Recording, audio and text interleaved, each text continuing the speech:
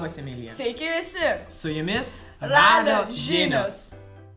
Taigi, Ignai, kaip praleidai savo atostogas? Aš atostogas praleidau linksmai, pabuvau su šeima bei draugais, o savaitės gale atšvenčiau Velykas. Ar tau įdomu, kaip Velykas atšventė mūsų mokyklos mokiniai bei mokyklos personalas? Žinoma. Pasidomėkime. Sveikas. Kaip atšventei Velykas? Gerai.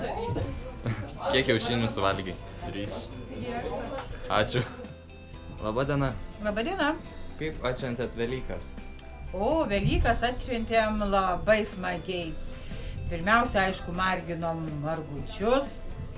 Tokia ypatinga šiemet technika sugalvojom marginti. Tai va, šitą margutį pirmiausia išvirėm kiaušinį, su želė nutepėm, ant viršaus uždėjom servetėlę, va, su našlaitė ir vėl uždažėm su želė. Ir gavosi labai sveiki, ekologiški margučiai. Antrą būdą marginam jau nuo pat vaikystės. Tai čia paimam, uždedam ant kiaušinio žolyčių kokių pavasario, gėlyčių, kiaušinių lukštų išmirkytų ir dedam į dažus ir verdam. Ir tada jie gaunasi tokie, tikri margučiai. Bet tai čia, va. Bet jie, kodėl man nelabai patinka, kad dažuose yra, tokių šiek tiek kenksmingų medžiagų, todėl aš galvoju, kad su va šitaip marginti yra daug ekologiškiau. Ačiū Jums. Prašom. Na, o kol vieni švenčia, kiti mokosi. Ar tu kalbėjai apie mūsų 12-okus? Taip, jie per atostogas laikė anglų kalbos kalbėjimo įskaitą. Sveikas. Kaip sekėsi? Šiaip tai labai gerai sekėsi man anglų įskaitą. Ar sunku buvo?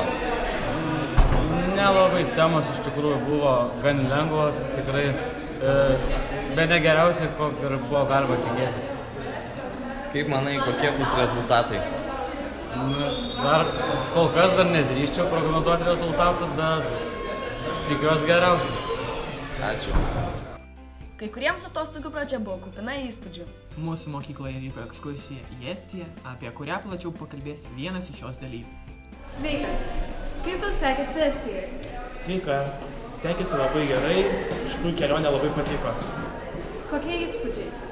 Įspūdžiai taip pat labai nuostabus, labai gražus Talinas miestas ir taip pat labai nuostabus muziejai. Ačiū. Ar matei, kad mokyklos interjerą papuošė nauja gimnazijos nuotrauka? Rimtai? Kur? Einam, parodysiu.